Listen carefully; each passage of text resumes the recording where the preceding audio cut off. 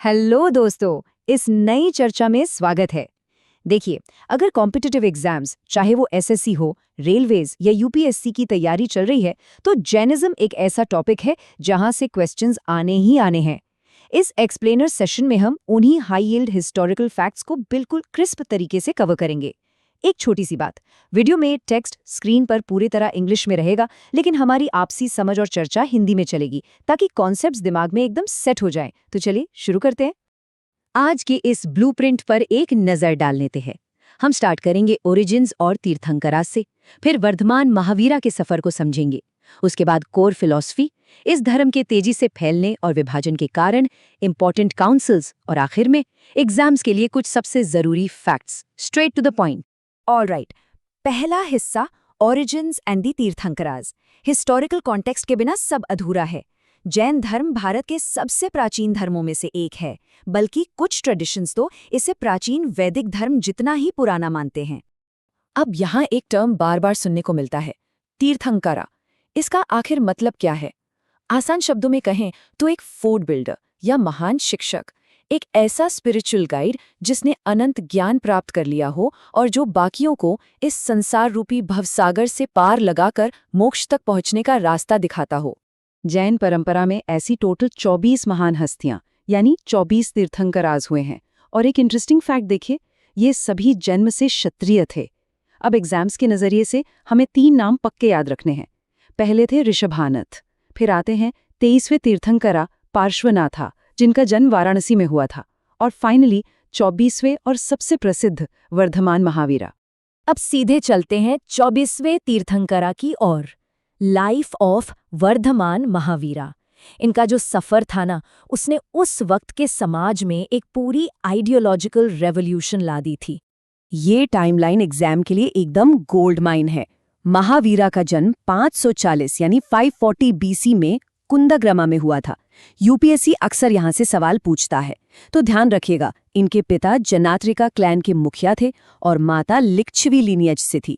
30 साल की उम्र में उन्होंने अपना घर त्याग दिया और संन्यास ले लिया। फिर कड़ी तपस्या के बाद 42 साल की उम्र में उन्हें केवला ज्ञान प्राप्त हुआ और आखिर में 72 साल की आयु में पावा में उनका निधन हुआ। अभी केवला ज्ञान का जिक्र आया था। इसका सीधा सा मतलब है सर्वोच्च आध्यात्मिक ज्ञान, the absolute highest spiritual knowledge. ये उन्हें जिम्भिका ग्रामा में एक साल पेड़ के नीचे मिला था। इस एनलाइटनमेंट के बाद ही उन्हें जिना और जितेंद्रिय कहा जाने लगा, यानी वो जिसने अपनी सारी इंद्रियों, अपनी सेंसेस को पूरी तरह जीत लिया हो। साथ ही एक और नाम मिला, निग्रंथा, जिसका मतलब है सारे बंधनों से पूरी तरह मुक्त। यहाँ से चर्चा को थोड़ा और गहराई में ले चलते हैं। Core teachings and philosophy, art and culture के क्वेश्चंस अक्सर यहीं से डीपली फ्रेम किए जाते हैं। देखिए, जैन धर्म एसेंशियली एक सेल्फ हेल्प का धर्म है। ये किसी बाहरी चमत्कार पर नहीं, बल्कि व्यक्ति की आत्मा, उसके जीवा पर फोकस करता है। और इसके लिए बताए गए हैं 3 जूल्स, जिन्हें त्रिरत्ना कहते हैं: राइट फेथ यानी सम्यक दर्शन, राइट नॉलेज यानी सम्यक ज्ञान, और राइट कंडक्ट यानी सम्यक चरित्र। एक सार्थक जीवन जीने के लिए यही 3 पिलर्स बताए गए हैं। इनमें से राइट कंडक्ट के अंदर 5 महाव्रत या वाउज आते हैं। पहला है अहिंसा, स्ट्रिक्ट नॉन वायलेंस। दूसरा सत्य, तीसरा अस्तेय, जिसका मतलब है किसी भी तरह की चोरी ना करना। चौथा अपरिग्रह, यानी संपत्ति या प्रॉपर्टी इकट्ठा न करना। और 5वां है ब्रह्मचर्य। अहिंसा पर इनका एक्सट्रीम फोकस और ऐसी कड़ी तपस्या ही जैनिज्म को बाकी सभी विचारधाराओं से एकदम अलग स्टैंड करवाती है। एक और बड़ा इंपॉर्टेंट पॉइंट ये है कि महावीरा ने वैदिक प्रिंसिपल्स और भगवान के अस्तित्व की जरूरत को नकार दिया था। उनका मानना था कि दुनिया कॉज एंड इफेक्ट पर चलती है। हालांकि उन्होंने कास्ट सिस्टम को टोटली रिजेक्ट नहीं किया, बल्कि उसको देखने का नजरिया ही बदल दिया। उनका कहना था कि इंसान का अच्छा या बुरा होना उसके कर्मा पर निर्भर करता है, उसके जन्म से नहीं। पुनर्जन्म और कर्मा का सिद्धांत यहाँ बहुत ही स्ट्रांग है। अब एक नई टर्म आती है, अनेकांतवादा। ये कम्पेटिटिव एग्जाम्स का बहुत बड़ा फेवरेट कीवर्ड है। अनेकांतवादा का सिंपल मतलब ये है कि रियलिटी यानी सच्चाई कोई एक सीधी लाइन नहीं है, ये मैनीफोल्ड है। एक ही चीज को देखने के कई पहलू हो सकते हैं, सब्सटेंस, क्वालिटी और मोड। यानी दृष्टिकोण कई हो सकते हैं और एक ही वक्त में अलग अलग नजरिए सही हो सकते हैं। काफी डीप फिलॉसफी है, right? Causes of rise and split. इतनी गहरी फिलॉसफी के बाद चलिए समझते हैं कि आखिर ये धर्म मास लेवल पर इतना पॉपुलर कैसे हुआ और बाद में इसमें दो फाड़ यानी स्प्लिट क्यों आया। इसकी पॉपुलैरिटी का सबसे बड़ा रीजन थी भाषा। संस्कृत के बजाय उन्होंने आम जनता की भाषा चुन ली, पाली और प्राकृत। हर इंसान इससे इजीली जुड़ने लगा। दूसरा कारण, इन्होंने सभी जातियों को अपनाया। जो लोअर कास्ट्स रिजिड वैदिक सिस्टम में स्ट्रगल कर रही थीं, उन्हें यहाँ पूरा सम्मान मिला।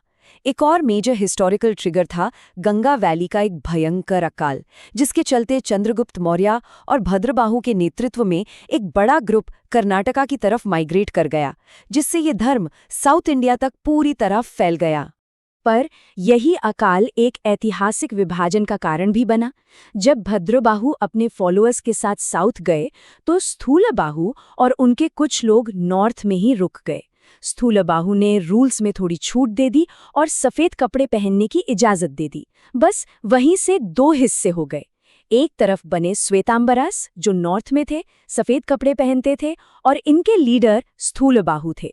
दूसरी तरफ थे दिगंबरस, जो साउथ में थे, भद्रबाहु के अंडर, और इनका मानना था कि आसमान ही इनका वस्त्र है, इसलिए ये नग्न रहते थे। चलिए अब देखते हैं काउंसिल्स और रॉयल पेट्रन्स को। जैन धर्म का औपचारिक दस्तावेजीकरण कैसे हुआ? बोर्ड एग्जामिनर्स को इन काउंसिल्स की लोकेशंस और प्रेसिडेंट्स पूछने का काफी शौक है। सो इस डेटा का अपने दिमाग में अच्छे से स्क्रीनशॉट ले लीजिए। डायरेक्ट क्वेश्चंस बनते हैं यहाँ से। पहली काउंसिल 3rd सेंचुरी BC में पाटलिपुत्रा में हुई थी, स्थूलाभद्रा की अध्यक्षता में।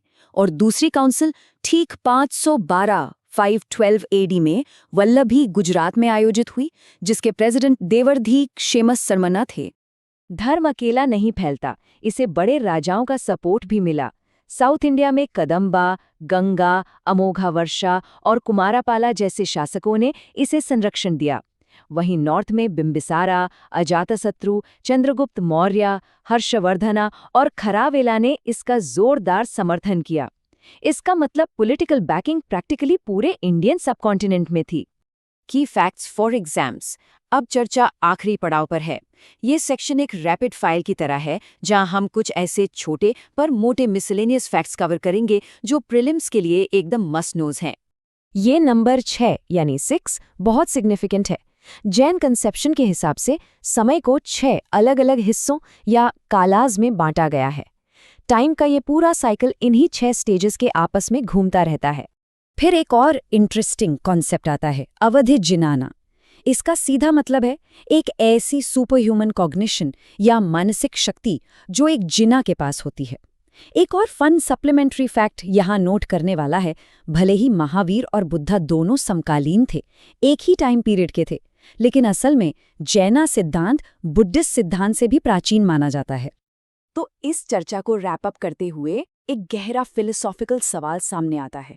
आज की इस बनती हुई दुनिया में जहां हर तरफ पोलराइजेशंस और मतभेद हैं, क्या जैनिज्म का ये अनेकांतवादा का कॉन्सेप्ट हमारी आज की आपसी टकराव की प्रॉब्लम्स को सुलझा सकता है?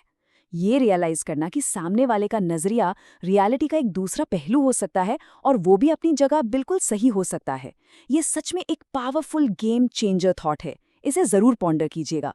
इसके साथ ही हमारा ये एक्सप्लेनर यहीं समाप्त होता है। उम्मीद है इन फैक्ट्स से तैयारी में एक सॉलिड एज मिलेगा। आने वाले एग्जाम्स के लिए a lot of success. Keep revising.